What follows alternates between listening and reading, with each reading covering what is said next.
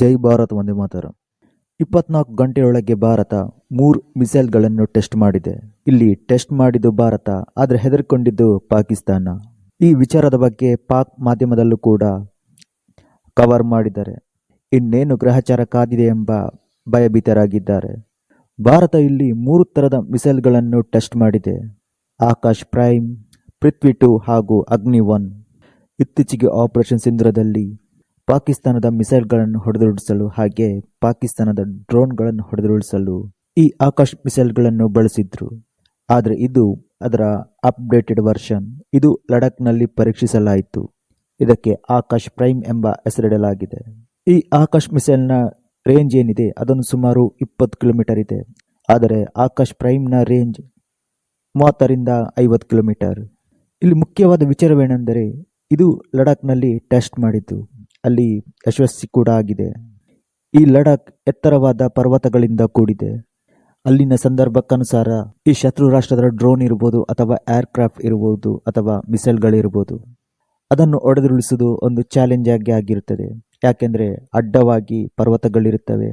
ಎದುರಾಳಿಯ ಮಿಸೈಲ್ಗಳನ್ನು ಅಥವಾ ಏರ್ಕ್ರಾಫ್ಟ್ಗಳನ್ನು ಟ್ರ್ಯಾಕ್ ಮಾಡಬೇಕಾಗ್ತದೆ, ಹಾಗೆ ಹೊಡೆದುರುಳಿಸಬೇಕಾಗ್ತದೆ. ಆದರೆ ಇಲ್ಲಿ ಈ ಆಕಾಶ್ ಪ್ರೈಮ್ ಏನಿದೆ ಅದು ಯಶಸ್ವಿಯಾಗಿದೆ. ಈ ಆಕಾಶ್ ಮಿಸೈಲ್ ಏನಿದೆ ಅದನ್ನು ಬೇರೆ ರಾಷ್ಟ್ರಗಳಿಗೆ ಮಾರಾಟ ಮಾಡಲು ಕೂಡ ಭಾರತ ಮುಂದಾಗುತ್ತಿದೆ. ಈ ಬ್ರೆಜಿಲ್ ಜೊತೆಗಿನ ಒಪ್ಪಂದ ಸ್ವಲ್ಪದರಲ್ಲೇ ಕೈತಪ್ಪಿತ್ತು. ಆದರೆ ಬೇರೆ ರಾಷ್ಟ್ರಗಳು ಇದರ ಮೇಲೆ ಕಣ್ಣಿಟ್ಟಿವೆ. ಇನ್ನು ಎರಡನೇ ಮಿಸೈಲ್ ಪೃಥ್ವಿ 2. ಇದೊಂದು ಶಾರ್ಟ್ ರೇಂಜ್ ಬ್ಯಾಲಿಸ್ಟಿಕ್ ಮಿಸೈಲ್. ಇದು ನ್ಯೂಕ್ಲಿಯರ್ ವಾರ್ ಹೆಡ್ಗಳನ್ನು ಹೊತ್ತೊಯ್ಯುವ ಸಾಮರ್ಥ್ಯವನ್ನು ಕೂಡ ಹೊಂದಿದೆ. ಇದರ ರೇಂಜ್ ಸುಮಾರು 350ರಿಂದ 400 ಕಿಲೋಮೀಟರ್. ಇದು ಒಮ್ಮೆ ಹೊತ್ತೊಯ್ಯುವಾಗ ಸುಮಾರು 500 kgಯಿಂದ 1000 kgವರೆಗೆ ಈ ಸ್ಫೋಟಕ ವಸ್ತುಗಳನ್ನು ಹೊತ್ತೊಯ್ಯುವ ಸಾಮರ್ಥ್ಯವನ್ನು ಹೊಂದಿದೆ. ಹಾಗೆ ಶತ್ರು ರಾಷ್ಟ್ರವನ್ನು ಧ್ವಂಸ ಮಾಡಿ ಗೆಲುವಿನಲ್ಲಿ ಪ್ರಮುಖ ಪಾತ್ರ ವಹಿಸುವಂತಹ ಈ ಮಿಸೈಲ್. ಈ ಪಾಕಿಸ್ತಾನ ಹೆದರಲು ಕೂಡ ಇದೇ ಕಾರಣ. ಯಾಕೆಂದರೆ ಇದು ನ್ಯೂಕ್ಲಿಯರ್ ಕೆಪಾಬಿಲಿಟಿಯನ್ನು ಹೊಂದಿದೆ. ಹೇಳಿಕೊಳ್ಳುವ ಹಾಗೆ ಅವರ ಬಳಿ ಸರಿಯಾದ ಡಿಫೆನ್ಸ್ ಸಿಸ್ಟಮ್ಗಳು ಕೂಡ ಇಲ್ಲ. ಇನ್ನು ಮತ್ತೊಂದು ಮಿಸೈಲ್ ಟೆಸ್ಟ್ ಮಾಡಿದ್ದು ಅಗ್ನಿ 1. ಇದು ಕೂಡ ಶಾರ್ಟ್ ರೇಂಜ್ ಬ್ಯಾಲಿಸ್ಟಿಕ್ ಮಿಸೈಲ್. ಇದರ ರೇಂಜ್ ಸುಮಾರು 700 ಕಿಲೋಮೀಟರಿಂದ 800 ಕಿಲೋಮೀಟರ್ ಇದೆ. ಇದು ಕೂಡ ಸಂಪೂರ್ಣ ಪಾಕಿಸ್ತಾನ ಈ ಮಿಸೈಲ್ನ ರೇಂಜ್ಗೆ ಒಳಪಡುತ್ತದೆ. ಇದು ಕೂಡ ನ್ಯೂಕ್ಲಿಯರ್ ಕೆಪಾಬಿಲಿಟಿ. ಇದು ಕೂಡ 1000 kg ಸ್ಫೋಟಕಗಳನ್ನು ಹೊತ್ತೊಯ್ಯುವ ಸಾಮರ್ಥ್ಯವನ್ನು ಕೂಡ ಹೊಂದಿದೆ.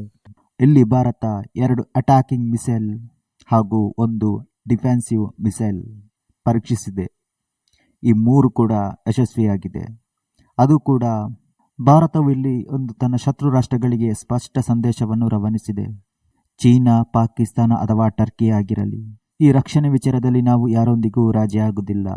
ನಮ್ಮ ಜೊತೆ ಸಂಘರ್ಷಕ್ಕೆ ಇಳಿಯಬೇಕಾದರೆ ನೀವು 100 ಸಲ ಯೋಚಿಸಬೇಕು ಅಂತ ಭಾರತ ಈ ರೀತಿಯ ಮುಖಾಂತರ ಒಂದು ಕಡೆ ಸಂದೇಶ ರವಾನಿಸಿದೆ. ಮತ್ತೊಂದು ಕಡೆ ಭಾರತ ತನ್ನ ಮಿಸೈಲ್ಗಳನ್ನು ಆವಾಗವಾಗ ಈ ರೀತಿಯ ಒಂದು ಟೆಸ್ಟ್ ಮಾಡ್ತಲೇ ಇರ್ತದೆ.